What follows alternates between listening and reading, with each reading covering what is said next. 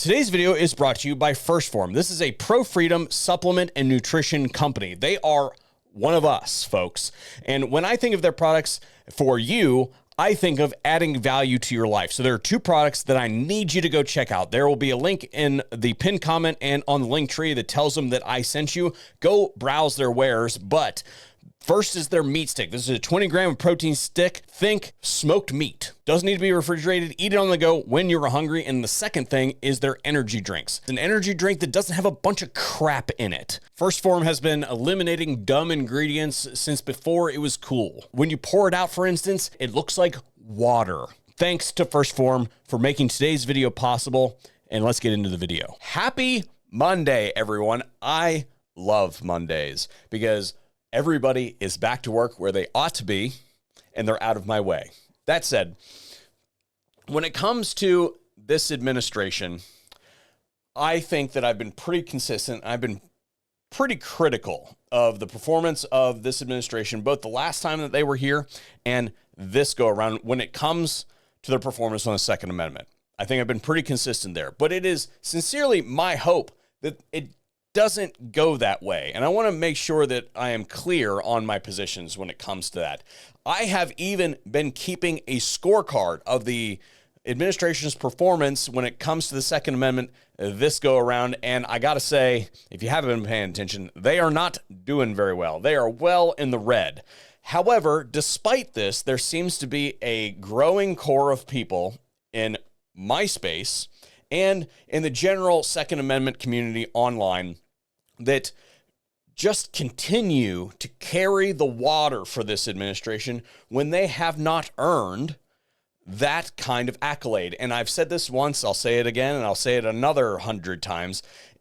It's like people are so starved for a friend of the Second Amendment, a friend of freedom, that when somebody shows up and has an R in front of their name, they just give them the accolade when they haven't really done anything of substance to earn that. Just remember that the last big gun control push required a whole bunch of Republicans to go sign on to it. Remember the Bipartisan Safer Communities Act? Yeah.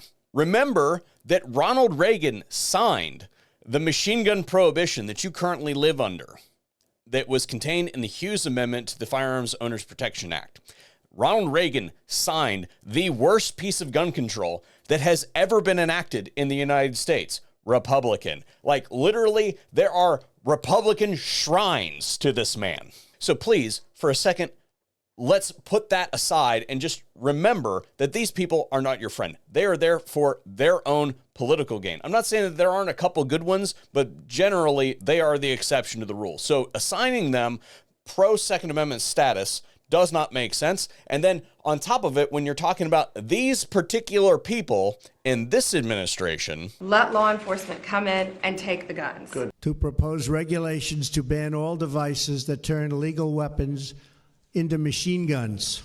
I think that those clips simply just speak for themselves. So when it comes to the actions of this administration, there were a few things over the weekend that were just like blown out by everyone as like, look how awesome and pro-Second Amendment they are, to the point of even some of them saying that, and I'm not going to name any names, but that it is clear that the Second Amendment is on their priority list. I simply just don't see it. And I know that you don't see it either. And it's not just my audience. I read the comments on everybody else's videos and everybody else's posts, and I can see it. My point today is that Donald Trump and his administration are faltering on the edge of losing the Second Amendment community's support. And they need to do something big or it is gone, like not coming back. I have an analogy for you. It's called activation energy. You guys know that I was a chemist in previous life. When it comes to rates of reaction and the ability to get any kind of reaction to run, oftentimes you start with two stable things and you put them together, and it might require some kind of energy input. Think like heating it up or something like that. And the curve looks something like this. You might have to put in a small amount of energy, and then the reaction kicks off and runs in that direction. You get a whole bunch of energy out of it. But if you change those conditions sometimes you can make the activation energy huge. So for instance, a really good example of this is nitroglycerin. If you have a bottle of nitroglycerin and you throw it out that window right there, it is going to explode. Like, it is going to blow the whole front of your house off. But if you take a stick of dynamite, which is nitroglycerin that has been stabilized, you can literally smack it with a hammer and it is not going to go anywhere. Just like with this, if they just did something when they first showed up that was sizable enough, perhaps they would not be in the situation that they are in now. But these little tiny bites that they've been taking are not enough, and they're definitely not enough fast enough. And now we've reached a point where nothing that they are doing is going to be good enough. So they need to do something huge. And I have an example of some of these little bites that are just, again, if you really look at them, nothing. So the one that everybody freaked out about this past week was the administration under Pam Bondi saying that they are going to go out and they're going to investigate these states that are allegedly infringing on the Second Amendment rights of American citizens. And when you put that permutation of words together, they all sound pretty good at face value. But when you dig any deeper than that and start asking any kind of real substantive questions, you say, well, what does that actually mean in every instance? So does that mean that they're going to go out and say, oh, guess what, guys? We took 30 or 60 or 90 days or however the heck long timeline that they needed to protract to conduct this stuff. And guess what we found out? The state of California is infringing on the rights of Second Amendment rights of American citizens. No shit, Pam. Welcome to the party. Now that you've figured that out, what are you going to do about it? Does that mean that you're going to sue the state? That means that that's not going to bear fruit for years down the road. So that doesn't do anything. And what does that fruit even look like?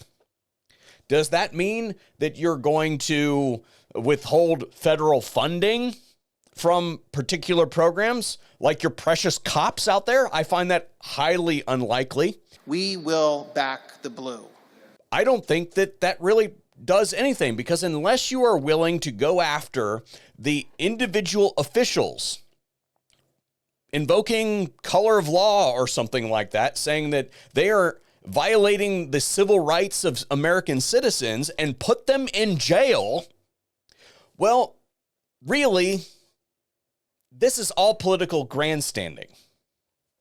Doesn't do a whole lot for anybody except for generate a whole bunch of, well, maybe not even a whole bunch of cases, but generate some public-facing work so that your administration can look like they're actually doing something, when realistically speaking, those people are just going to leave office and there's going to be no culpability for their actions whatsoever unless you go all the way. And I don't think that you're going to go all the way.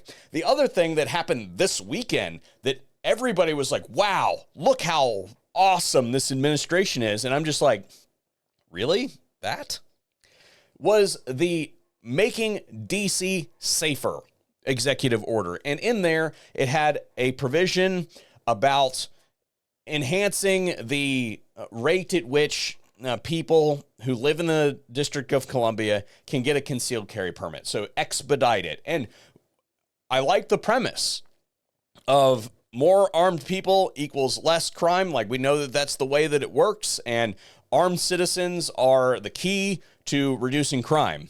But I guess when it comes to a Second Amendment action, let's unpack it a little bit, because I guarantee you that that thing does not include reciprocity for people like me that don't live in the District of Columbia. I live in Ohio, and I guarantee it that what you just did does not mean that I can carry my gun in the District of Columbia to protect myself.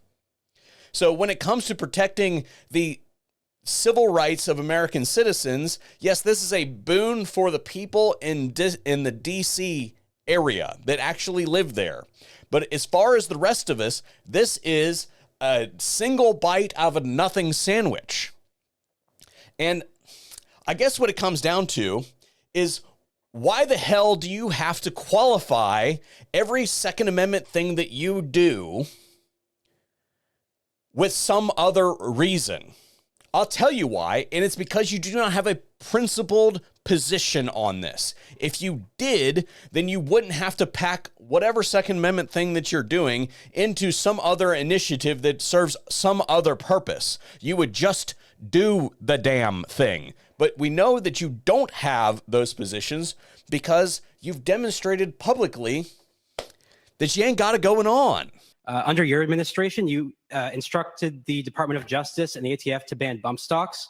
If elected president again, how would you act not only to defend our Second Amendment rights, but to restore rights that have been taken from us, such as, by example, recently the ATF's ruling on the pistol stabilizing braces? Yeah, as you know, the bump stocks are actually a very unimportant thing. And NRA, I went with them and they said it doesn't mean anything. Or actually, all they do is teach you how to shoot very inaccurately. Sir, in that executive order, you said something along the lines of Washington, D.C. is the only city in America that belongs to all Americans. Well, I'll tell you what, it sure as hell doesn't feel like it because my civil rights literally stop at the border of that city. My inability to exercise my God-given inalienable right enshrined in our Constitution to defend my life, liberty, and property does not exist there. And this thing that you have done doesn't do fuck all for that. So I'm again, 0 points awarded. This is a huge nothing burger that does not deserve the accolades that it has been given. And what is worse is on the